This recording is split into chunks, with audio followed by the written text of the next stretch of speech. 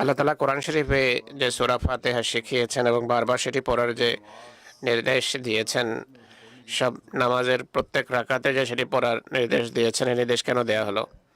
এর উদ্দেশ্য হলো যেন আমরা সবসময় স্মরণ রাখি খোদার দাসত্ব, তার ইবাদত বন্দেগী এবং তার অধিকার প্রদানে আমাদের সবসময় সচেষ্ট থাকতে হবে।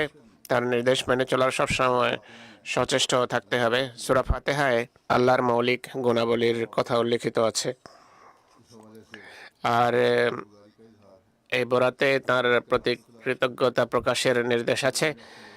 হেদায়েতের পথ সন্ধান, নেমতপ্রাপ্তদের অন্তর্ভুক্ত হওয়া, আল্লাহর ক্রোধ এবং তার শাস্তি থেকে দূরে থেকে আল্লাহর আশ্রয়ে আসার আল্লাহ তাআলা মনোযোগ আকর্ষণ করেছেন এই সূরায়। অর্থাৎ এসব পূর্ণ অর্জন, তার সন্তুষ্টি অর্জন এবং তার ক্রোধ থেকে বাঁচার জন্য এই কথার উপর মনোযোগ নিবদ্ধ রাখো।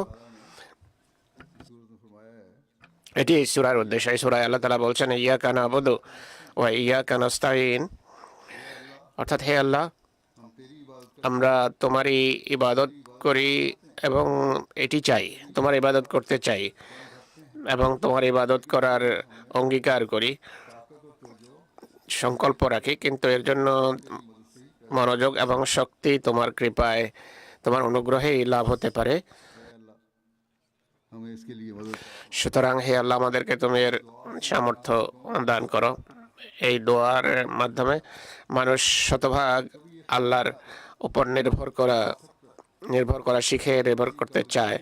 আর কখনো এই কথা মাথায় আসে না তার যে আমার কোনো যোগ্যতার কারণে এসব নেয়ামত এবং ইবাদতের সামর্থ্য আমি লাভ করেছি বা লাভ হতে পারে বা লাভ করছি। কিন্তু খোদা তাআলা এটিও বলেছেন যে প্রথমে বান্দার পক্ষ থেকে বিষয়ের সূচনা হতে হবে। বান্দা এরপর যদি আল্লাহর দিকে অগ্রসর হওয়ার ব্যাপারে সচেষ্ট হয়, তো যেভাবে খোদা বলেছেন, মহানবী বলেছেন সাল্লাল্লাহু আলাইহি ওয়াসাল্লাম, যে মানুষ যখন এক বিঘত আল্লাহর দিকে অগ্রসর হয়, খোদা 2 বিঘত তার দিকে আসেন। বান্দা এক পদক, এক পা উঠালে খোদা তাআলা 2 পা তার দিকে এগিয়ে আসেন। বান্দা হেঁটে আসলে আল্লাহ তাআলা ছুটে আসেন তার দিকে। তো এই কথাটি সবসময় আমাদের স্মরণ রাখতে হবে যে যদি রমজানের